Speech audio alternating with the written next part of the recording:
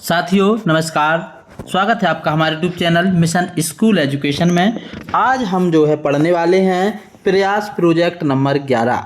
बच्चों आप सभी से रिक्वेस्ट है अपनी अपनी किताब निकाल लें, किताब का पेज नंबर 20 निकाल लें, पेन पेंसिल हाथ में ले लें और प्रोजेक्ट नंबर 11 हल करने के लिए तैयार हो जाएं।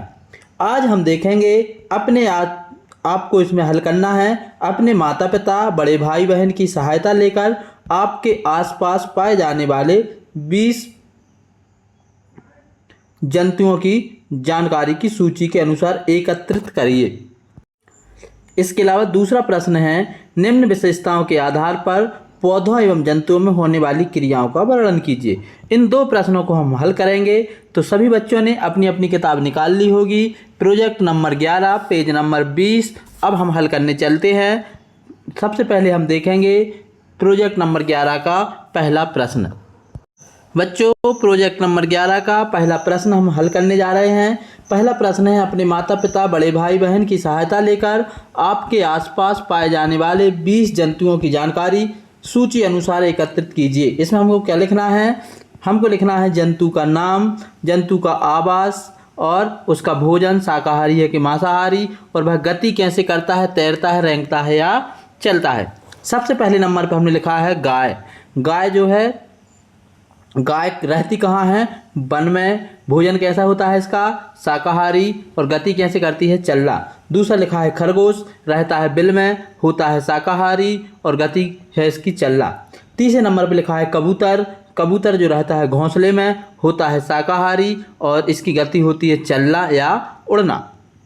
चौथे नंबर पर लिखा है चूहा, रहता बिल में है, भोजन इसका शाकाहारी होता है और ये रेंगता है।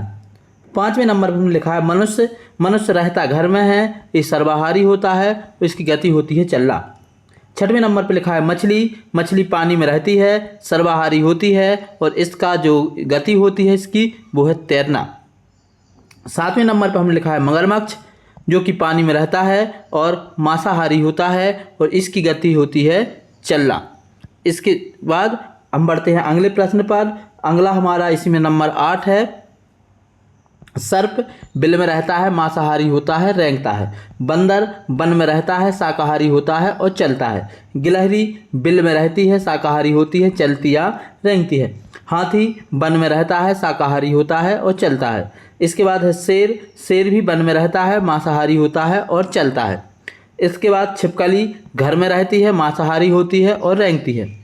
कौआ घोंसला में रहता है, सर्वाहारी होता है, चलना या उड़ना इसकी गति होती है। अगले नंबर पर हमने लिखा है बकरी। बकरी घर में रहती है, शाकाहारी होती है और चलती है। फिर लिखा है हिरण। हिरण वन में रहती है, शाकाहारी होती है और चलती है। 17वें नंबर पर लिखा है कछुआ, पानी में रहता है, सर्वाहारी होता है और तैरता है। 18वें नंबर पर लिखा है कुत्ता। कुत्ता भी घर में रहता है, सर्वाहारी होता है और चलता है। बिल्ली भी घर में रहती है, सर्वाहारी होती है और चलती है। ऊंट घर में रहता है, शाकाहारी होता है और इसकी गति होती है चलना। इस तरीके से हमने पूरे के पूरे 20 नाम लिख लिए। आप 20 के 20 नाम इस तरीके से देख सकते हैं। हमने 20 जंतुओं के नाम लिखे हैं: गाय, खरगोश, कबूतर, चूहा, मनुष्य, मछली, मगरमच्छ, सर्प, बंदर, गिलहरी, हाथी, शेर, छिपकली, कौआ, बकरी, हिरण, कछुआ, कुत्ता, बिल्ली और ऊंट। सबके आवास लिख लिया आपने, सबका भोजन लिख लिया और सबकी गति लिख ली। हम बढ़ते हैं अब इसी प्रोजेक्ट के अगले प्रश्न की तरफ। उससे पहले आप सभी से रिक्वेस्ट है, वीडियो पसंद आए तो इसको जरूर लाइक कर लें, साथ ही हमारे चैनल को सब्सक्राइब कर लें। बच्चों हमारा दूसरा प्रश्न है निम्न विशेषताओं के आधार पर हमको लिखना है पौधे एवं जंतुओं में होने वाली क्रियाओं का वर्णन कीजिए। तो पहली क्रिया हमको बतानी है श्वसन। तो पौधों में श्वसन कैसे होता है? पौधों में श्वसन पत्तियों के द्वारा होता है और पौधे कार्बन डाइऑक्साइड कार्बन डाइऑक्साइड लेते हैं और ऑक्सीजन को बाहर करते हैं। मतलब पौधे सांस में कार्बन डाइऑक्साइड लेते हैं, ऑक्सीजन को बाहर करते हैं। वहीं जंतु में श्वसन क्रिया नाक द्वारा फेफड़ों से होती है और जंतु ऑक्सीजन लेते हैं और कार्बन डाइऑक्साइड छोड़ते हैं। मतलब पेड़ में और जंतुओं में उल्टा होता है। पेड़ जो है कार्बन डाइऑक्साइड गैस सांस में लेते हैं और ऑक्सीजन छोड़ते हैं, और जंतु ऑक्सीजन को लेते हैं और कार्बन डाइऑक्साइड को छोड़ते हैं। इसके बाद दूसरा है उद्दीपन के प्रति अनुक्रिया। उद्दीपन के प्रति अनुक्रिया में क्या है, पेड़ पौधे भी उद्दीपन के प्रति अनुक्रिया दिखाते हैं। जैसे कुछ पौधों में पुष्प दिन के समय खिलते हैं, कुछ पौधों में पुष्प रात्रि के समय खिलते हैं। वहीं जंतुओं के उद्दीपन की प्रतिक्रियाएं पाई जाती हैं। जैसे जब हम नन्ही सी चिड़िया की ओर कदम बढ़ाते हैं तो वह उड़ जाती हैं।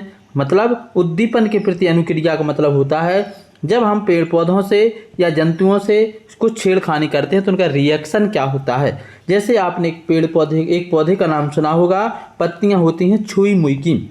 उसको हम जैसे ही टच करते हैं तो उसकी पत्तियां आपस में चिपक जाती हैं। इसके बाद अगला है और हमारा लास्ट है पेड़ पौधों की गति। तो पेड़ पौधों की गति के बारे में बताना है। पेड़ पौधों में जो गति है, जंतुओं की अपेक्षा पेड़ पौधों की गति बहुत धीमी पाई जाती है। जैसे उनकी गति, शाखाओं की गति ऊपर की ओर तथा जड़ों की गति जमीन में नीचे की ओर होती है। तो ऐसे पेड़ पौधे बढ़ते हैं।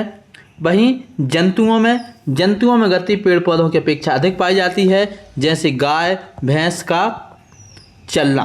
तो ये हो गई गति। इस तरीके से हमने प्रोजेक्ट नंबर 11 का दूसरा प्रश्न भी हल कर लिया। सभी बच्चों को समझ में आ गया होगा, सभी बच्चों ने लिख लिया होगा।